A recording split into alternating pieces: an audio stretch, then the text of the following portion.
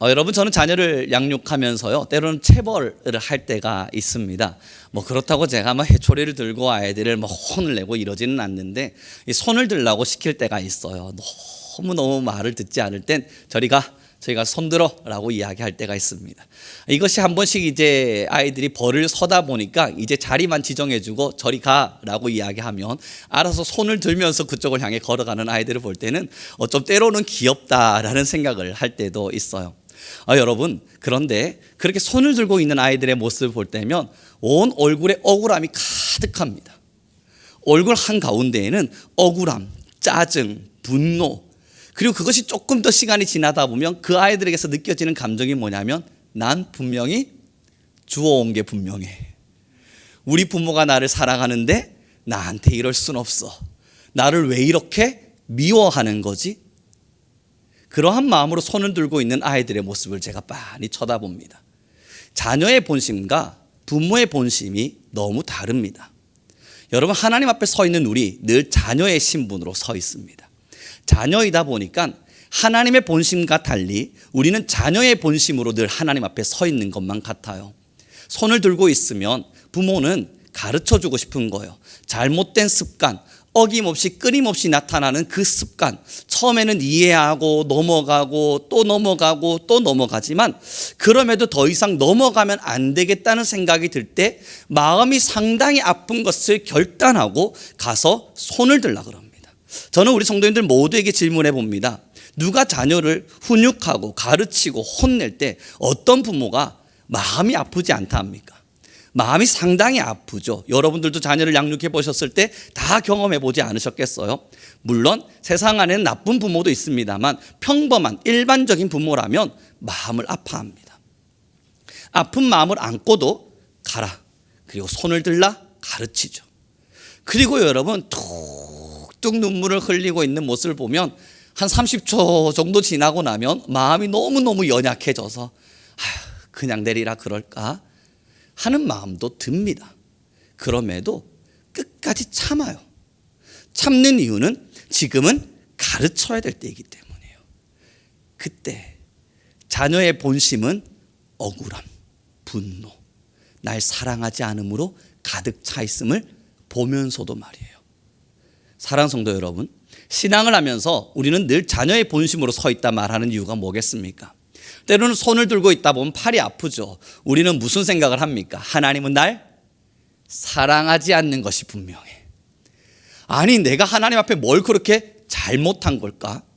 나는 하나님 앞에서 최선을 다했고 하나님 앞에서 충성되이 살았고 하나님의 말씀대로 최선을 다했는데 하나님은 지금 내게 왜 이러한 고난과 아픔을 주시는 거지? 분명 하나님은 날 사랑하지 않는 게 분명해. 저희 집엔 자녀가 둘이가 있습니다. 큰아이와 작은아이가 있는데 큰아이가 손을 들고 있을 때는 작은아이가 왜 이 손을 들고 있는지 저한테 물을 때가 있어요. 그러면서 여러분이 작은아이는 아무래도 아직까지 철이 없다 보니까 앞에서 춤을 추고 노래를 부르고 자기는 벌 받지 않는다는 사실 하나로 기뻐하고 있습니다. 그때 큰아이는 외쳐요. 쟤는 왜 안 들어요? 저는 말하고 싶어요.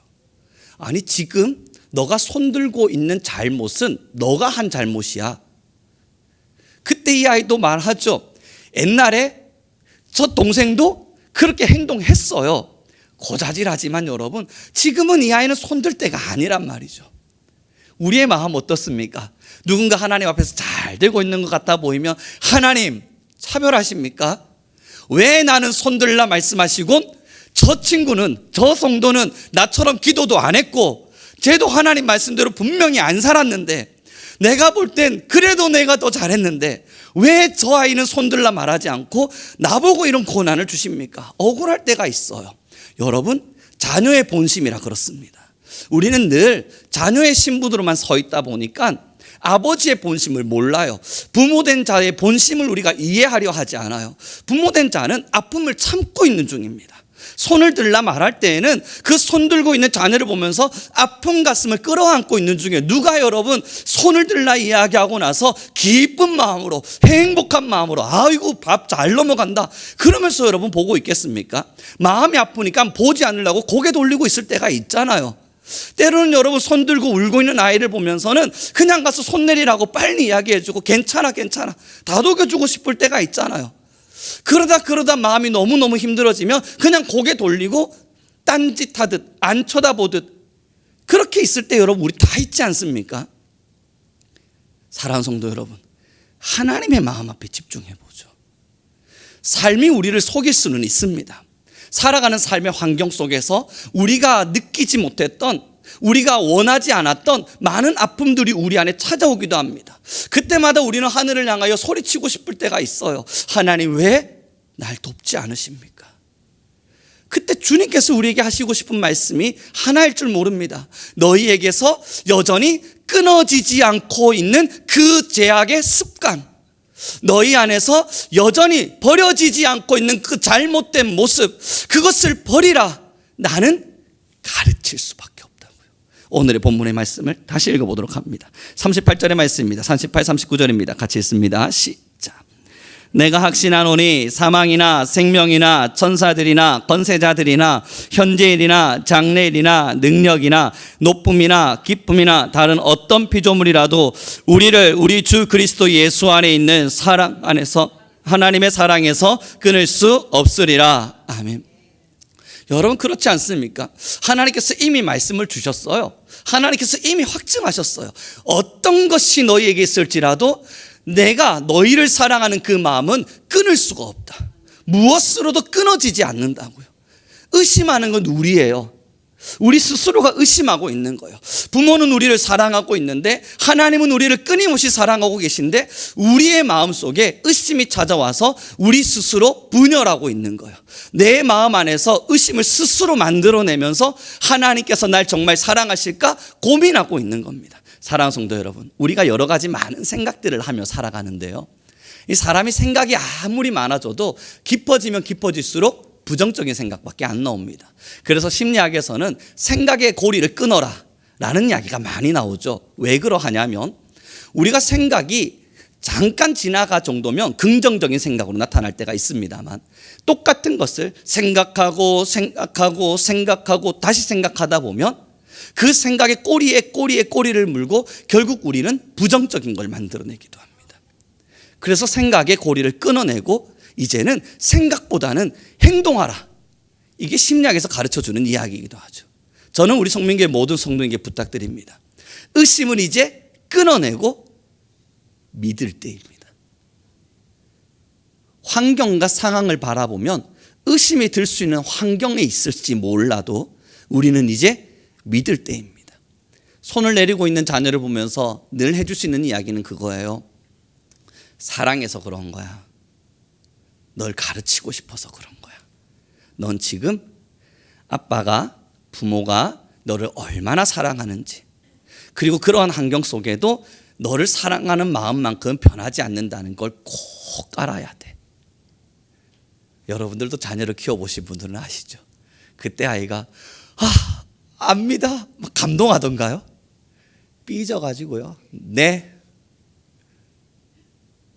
아무리 사랑을 이야기해줘도, 사랑했기 때문에 그런 거라 가르쳐줘도 제대로 순응하지 않습니다.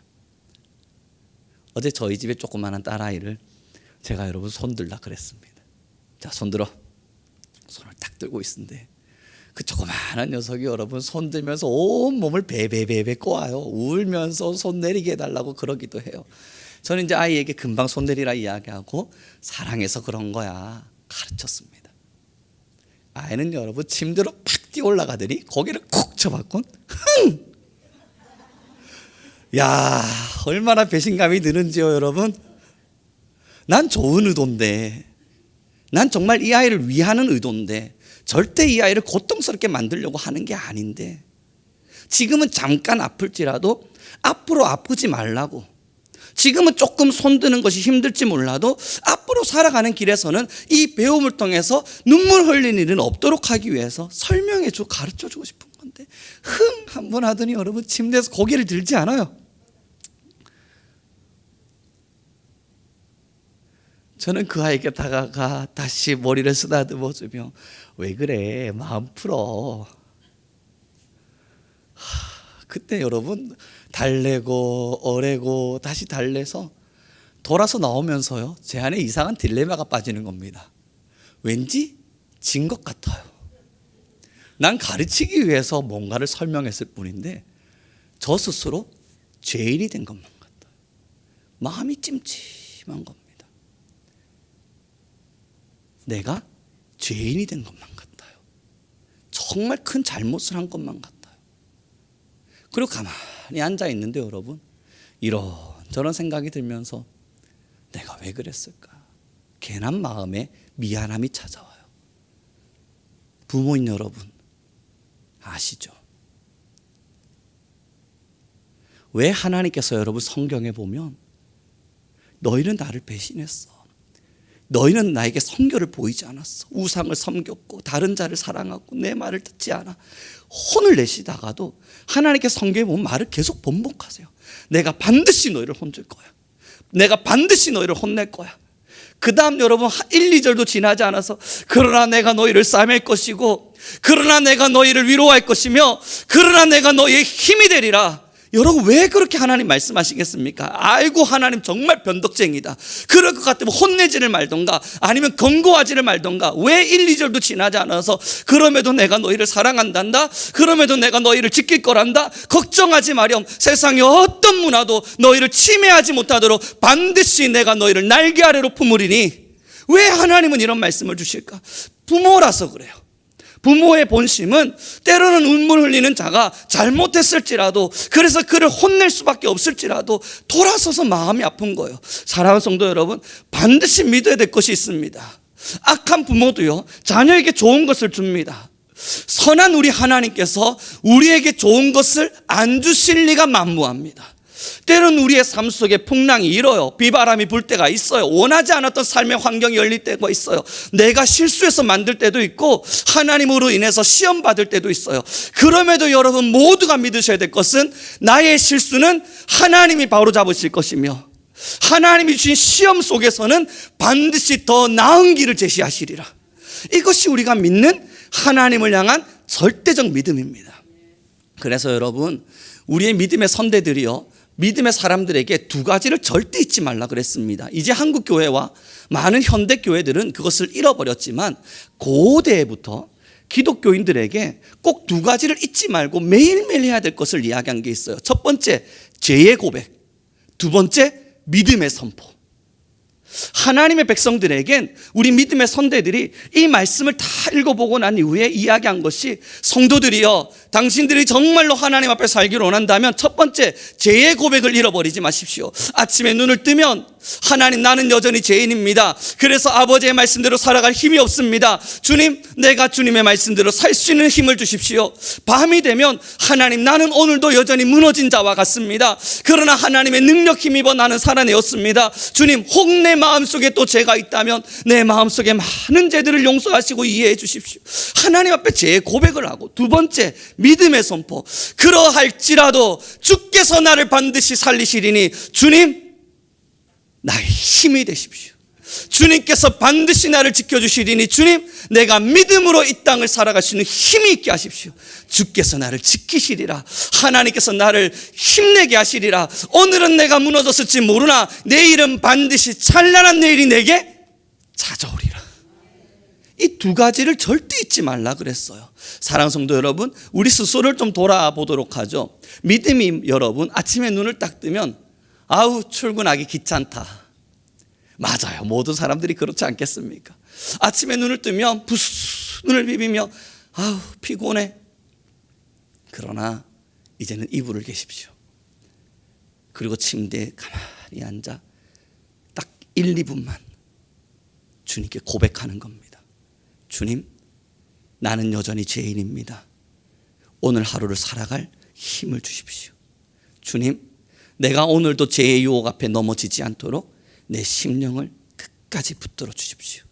그리고 믿음의 선포를 이루는 겁니다. 주께서 반드시 행하시리라. 그러나 이 두 가지의 선포와 죄의 고백이 이루어지려면 절대적으로 여러분 잊지 마셔야 될 것이 바로 하나님이 날 사랑한다는 확신이에요. 하나님이 날 사랑한다는 확신 없이 우리가 어떻게 이런 믿음의 길을 걸어갈 수 있습니까? 믿음이 흔들리는 이유는 아버지가 날 사랑한다는 확신이 없어서입니다.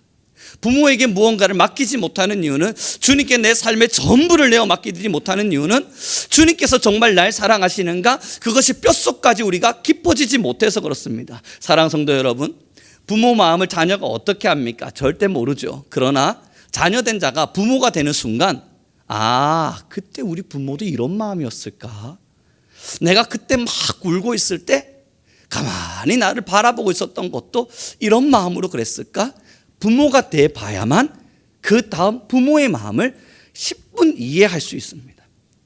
하나님께서 날 향한 사랑, 자녀의 마음으로는 절대 몰라요. 자녀의 마음만 가지고 있으면 여러분, 하나님을 향한 원망, 하나님을 향한 불평만 생겨날 뿐, 하나님이 나를 얼마나 사랑하셨는지 그 사랑의 깊이를 우리는 알지 못해요. 그럼 이제 하나님의 진짜 사랑을 우리가 알려면요, 여러분 모두가 다 부모가 되셔야 돼요. 영적인 부모. 하나님의 말씀 안에서 살아내는, 하나님의 말씀을 가지고 영혼을 양육하는 진짜 부모. 그래서 여러분, 영혼을 조금씩 양육하다 보면 압니다. 하나님도 이런 마음이셨겠지. 제가 목사가 되고요, 가장 보람차고 좋은 것은, 하나님 앞에 늘 감사한 것은, 그래도 성도님들과 함께하고 영혼을 위해서 말씀을 준비하고 기도하고 또 누군가의 아픔의 소식들을 듣기도 하고 힘든 이야기를 들을 때, 그때마다 여러분 아버지의 마음을 알겠는 거예요. 하나님은 이런 마음이실까? 기도하게 되고 또 더 깊이 관심을 갖게 되고, 때론 여러분 그렇게 하다가 하나님 말씀을 떠나는 친구들이 있지 않습니까? 하나님의 말씀대로 제발 잘 살아주었으면 좋겠는데 그렇지 않고 흔들리는 사람들을 마주할 때면, 그땐 또 느끼는 거예요.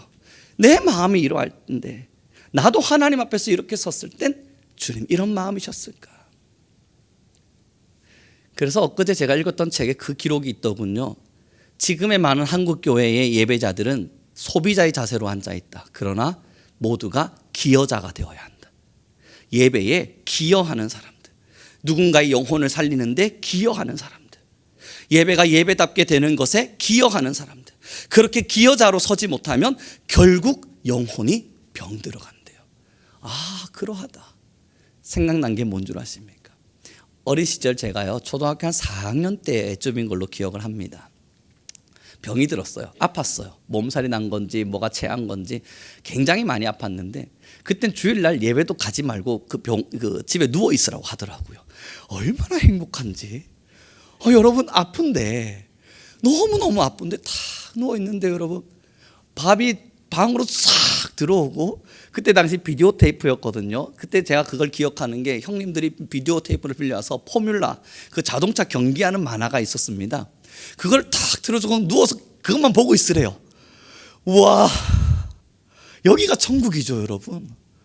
가만히 누워서 TV를 향해서 시선을 돌리고 그 자동차 경기하는 만화만 계속 쳐다보고 있습니다. 저도 사실 일어날 힘이 없었어요. 몸이 많이 아팠거든요. 주일입니다. 예배 가야 되나 생각을 하는데, 오늘 예배 오지 말고 쉬래요. 지금 움직일 힘이 없으니까. 할렐루야. 드디어 나는 예배를 빠진다. 다른 사람 다 예배를 갔는데 마음이 너무 불편한데도요, 그 만화 보고 누워있는 내 모습이 너무 좋은 거예요. 하루가 지났고요, 이틀이 지나고요, 병들었던 몸이 점점점 회복되기 시작하고요, 이제는 몸에 기력이 돌고 기운이 돌기 시작해요. 3일째가 됐는데 부모님이 계속 누워 있으래요. 아직까지 회복 덜 됐다고. 그런데 여러분, 그건 죽으라는 것보다 힘든 일인 거예요. 3일 동안 가만히 누워 있었더니 일어나고 싶은 거예요. 움직이고 싶은 거예요. 살아나고 싶은 거예요. 만화만 쳐다보고 있는 것도 하루 이틀이지, 이젠 저 만화 스토리 다 외울 것만 같아요. 이젠 재미가 없어요. 빨리 예배 가고 싶고, 형님들은 저 밖에 나가가지고 막 술래잡기 한다고 막 깔깔깔깔깔 웃으면서 놀고 있는데, 나는 지금 이거 뭐 하고 있나 싶고, 부모님이 죽을 끓여다가 밥을 넣어주시는데 처음에는 방에 밥이 탁탁 들어오니 얼마나 좋습니까? 죽도 하루 이틀이지, 이제는 그냥 매운 음식에 맛있는 밥도 좀 먹고 싶고 움직이고 싶은 거예요. 이게 살아있다는 증거입니다. 사랑하는 성도 여러분, 우리가 병들어 있을 때에는 하나님의 사랑이 정말로 나와 함께하는가? 그 사랑을 느끼지 못한 채 하나님의 사랑, 하나님과의 관계 속에서 병들어 있을 때는 그 어떤 것도 움직이기가 싫어요. 그래서 가끔씩 하나님께서 너무너무 사랑하기 때문에 병들어 있는 일을 보면서 아무 일도 시킬 수가 없어서, 어떤 것도 부탁할 수가 없어서, 하지 못할 것을 알기 때문에 그냥 은혜만 부어주실 때, 그거 좋아가지고 할렐루야, 하나님 내게 은혜 주셨네, 하나님 내 마음 위로하시네, 역시 주님 나 사랑하시네. 사랑하는 성도 여러분, 한 번쯤 돌이켜봐야 되지 않겠어요? 그거 병들어서 주신 거 아닙니까? 병들어서 움직이지 못할 걸 아니까, 시켜도 하지 않을 걸 아니까 그냥 누워있으라고, 죽 한 그릇 먹으라고, 만화 좀 보라고, 그러면서 여러분 가만히 내버려 두고 계신 거 아닐까요? 정말로 건강하다면요, 정말로 살아있다면요, 부모된 자는 자녀가 힘들 걸 알면서도 심부름 시킵니다. 내가 하면 되죠. 신발장에 신발 넣는 거 제가 하면 되죠. 그런데 자녀에게 일부러 시킵니다.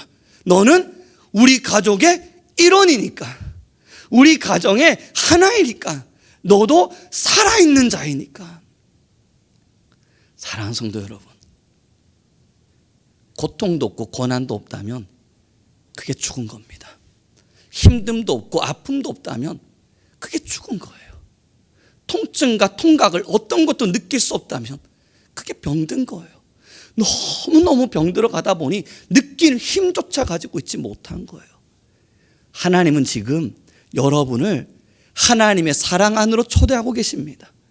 하나님의 사랑 안으로 초대하고 있다는 것은, 여러분 이제부터 상상을 좀 지우죠. 하나님의 사랑 안 무엇일까? 푸른 초장 천국과 같아서 나는 가만히 누워만 있는데 주님께서 풀 먹어라, 밥 먹어라 그러면서 내게 좋은 것만 주시는 거, 여러분 그거 아닙니다. 하나님께서 지금 부르실 때는 내가 너희를 하나님의 일꾼으로 불렀다 이야기예요.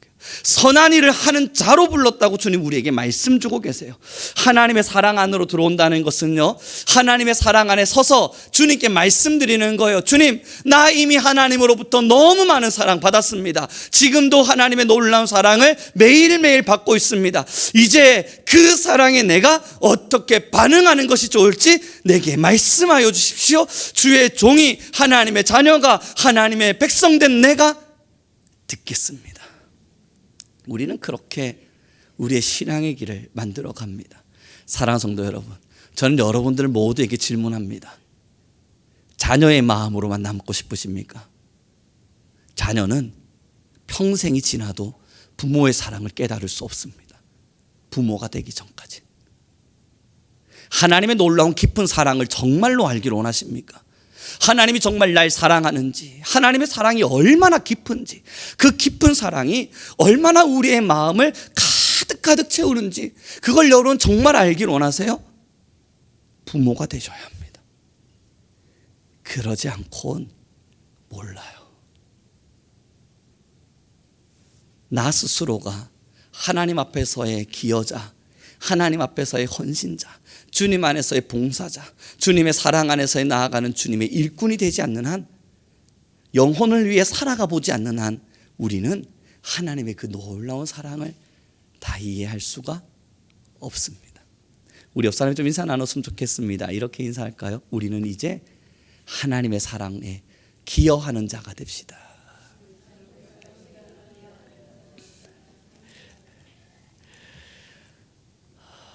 여러분, 제가 신학교를 다녔잖아요. 당연하죠. 목사니까.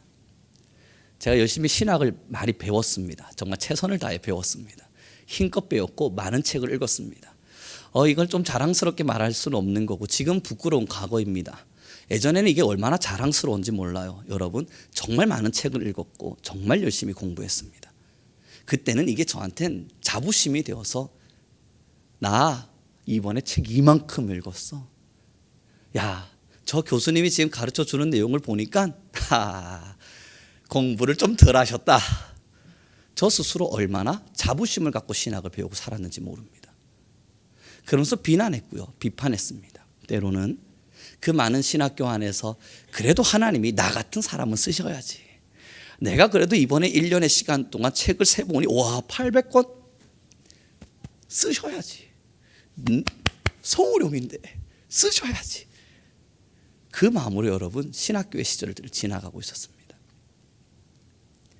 이 교만한 마음을 아버지는 아시고 이 말도 안 되는 교만함 속에 가득 차가는 저를 아시곤 여러분 늘 말씀드립니다만 저를 심각한 고난의 자리로 밀어넣으셨습니다. 매일매일 영혼들과 함께하는 자리, 평범한 일상의 아이들이 아닌 사회 안에서 상처 입고 고통당했던 아이, 부모로부터 버려져서 마음의 깊은 상처를 끌어안고 가는 사이. 여러분 이러한 친구들과 대화를 시작해 보시면 알겠지만 평범한 대화가 사실 이루어지지는 않습니다. 너무 깊은 우울감이 가득하죠. 그들과 함께 시간을 보내어가면서 제가 배운 신학이 아무짝에도 쓸데없다는 걸 깨달아가기 시작했습니다. 제가 분명 배웠던 신학은 A를 말하면 B라고 응답이 와야 돼요. 저는 그 아이들에게 A를 설명하고 가르치고 들려주는데 이 아이들은 어떤 반응도 하지 않아요. 그러다 여러분 많은 사고와 많은 힘듦을 제게 주는 아이들이 너무너무 미워서 증오 서린 목소리로 기도하기도 하고 너무너무 미워서 이 친구들을 향하여 저주하듯이 기도하기도 해가면서 제 시간들을 꿋꿋이 이겨가고 있을 때 주님께서 저에게 주시는 마음들이 우령아, 나도 너를 그렇게 참아가고 있었어. 그 마음이 제 안에 들어오면서요 사랑해 보려고 노력했습니다. 사랑한 건 아닙니다. 정말 사랑해 보기 위해서 노력했습니다. 매일 밤 가슴에다가 칼을 꽂는 아이들에게 사랑해 보자. 때로는 저를 향하여 온갖 욕설을 퍼붓는 아이들에게 사랑해 보자. 몇 명씩 팀을 짜서 저 전도사를 공격하자. 막 팀을 짜가지고 와가지고 여러분 막 문을 두드리면서 싸우자고 덤벼드는 아이들에게 사랑해 보자. 의지를 가지고 힘을 냈어요. 그런데 여러분 그 시간들이 하루 지나가면서 제가 그 아이들을 온전히 사랑했을까요? 아니요. 제가 그 아이들을 온전히 품어줄 수 있었을까요? 아니요. 근데 그 시간을 지나면서 제가 확신하는 거 하나는 하나님의 사랑을 배웠습니다. 아, 하나님이 날 이렇게 사랑하셨구나. 하나님이 날 이렇게 많이 사랑해 주셨구나. 하나님이 날 여전히 사랑하고 계셨구나. 사랑하는 성도 여러분, 고난이 없기를 원하십니까? 그럴 순 없죠. 그러나 그 고난이 하나님께서 주신 사랑의 표현이라면요, 힘듦이 정말 없기를 원하십니까? 그러나 그 힘듦이 때론 하나님께서 우리에게 주신 사랑의 음성이라면요, 손을 들고 분노와 짜증을 가득한 모습으로 하나님 왜 내게 이러실까 하기보단 잠시 손을 들고 있을지라도 자녀된 자가 말해보는 거예요. 하나님, 무엇을 의미하셔서 제게 손을 들라 말하는지 알겠습니다. 저희 둘째가 잘하는 겁니다. 손 들고 가면서 이야기합니다. 미안합니다. 뭐가 미안해? 엄마 말 안 들어서 미안합니다. 잘 들을 거야? 네, 내려. 가는 중에 내려요. 얼마나 똑똑한지 몰라요. 여러분 이제 말씀을 좀 정리해 가보기로 합니다. 하나님은 여러분을 영원히 사랑하십니다. 때로는 의심 드십니까? 팔이 너무 아파서? 그러나 여러분, 부모는 절대 자녀에게 고통 주는 것을 즐거워하지 않습니다. 고쳐지지 않는 습관, 버려지지 않는 잘못, 하나님 앞에 서지 못한 어떠한 모습, 그것이 버려질 때까지는 가르쳐야 되기에 손을 들라 말하는 거예요. 우리 둘째가 잘하는 걸 여러분 모두가 배웠으면 좋겠습니다. 손 들고 가면서 손 들어, 그럼 여러분, 울지 말고 내가 왜 손들어야 됩니까?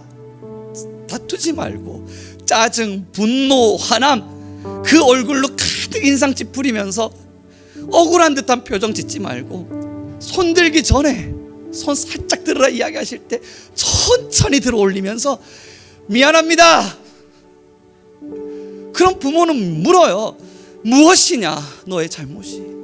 아직 손 다 안 들었어요. 그때 말하는 거예요. 엄마가 목욕하자 그랬는데 목욕하지 않겠다 말하는 게 잘못입니다. 미안합니다. 그럼 여러분, 그 고백을 듣고도 부모가 너 손들어 그래도 그러지 못해요. 절대 그러지 못해요. 그 말 듣자마자 마음이 와르르 무너지면서 손 내리자. 그래 초콜릿 줄까? 말하게 돼요. 하나님 앞에 서 있는 여러분, 왜 하나님이 매일매일 우리에게 회개를 요청하는 줄 아세요? 손들지 말라고요. 왜 믿음의 선대들이 매일 잊지 말아야 될 것이 있다. 첫째, 죄의 고백. 둘째, 믿음의 선포. 그 이야기를 들려줬는 줄 아십니까? 하나님 앞에 사랑 마음껏 받으라고요. 손들지 말고 아버지의 사랑을 정말로 누리면서 살아가 보라고요. 한국교회가 무엇을 버렸는지를 보아야 돼요. 우리는 두 가지를 잊지 맙시다. 매일 아침 눈 뜨면 잘못한 게 없다 느껴지더라도 고백하십시오. 미안합니다 주님. 그때 주님 물으실 거 아니에요. 뭐가 그리 미안하냐? 오늘 나 잘못할 것만 같습니다. 그러나 주님께서 나를 지켜주십시오. 난 죄인인지라 오늘도 나는 주님의 말씀에서 또 어긋날 것만 같습니다. 그러나 주님, 믿음을 선포합니다. 주가 날 지키시사 어떤 유혹에도 넘어지지 않게 하시고 하나님의 말씀이 나의 마음을 강하시사 주의 말씀으로 오늘을 이겨내게 하십시오. 그렇게 살아가는 우리를 향해 하나님은 자신이 우리를 얼마나 사랑하시는지를 반드시 확증하실 겁니다. 함께 기도하겠습니다. 같이 기도하는 시간 가졌으면 좋겠어요. 주님,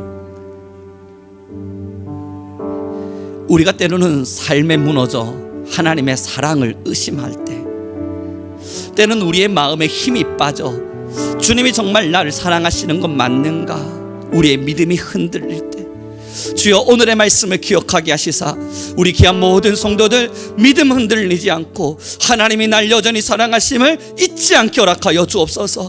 매일매일 하나님 앞에 죄의 고백과 믿음의 선포를 드리게 하시되 주여 간절히 구하오니 우리 모든 성도들의 심령이 아버지의 말씀으로 하나님을 향한 마음으로 하나님을 향한 열정으로 아름답게 일어나게 도와주옵소서. 이 시간 우리 함께 기도합시다. 주님, 내 마음을 확증합니다. 나는 언제나 주님 앞에 올바로 서 있겠습니다. 주님, 내 마음 믿음 흔들리지 않겠습니다. 늘 주님 안에서 아름답게 살게 하여 주옵소서. 우리 주여 한번 부르시고 간절히 기도하며 나아갑니다. 주여.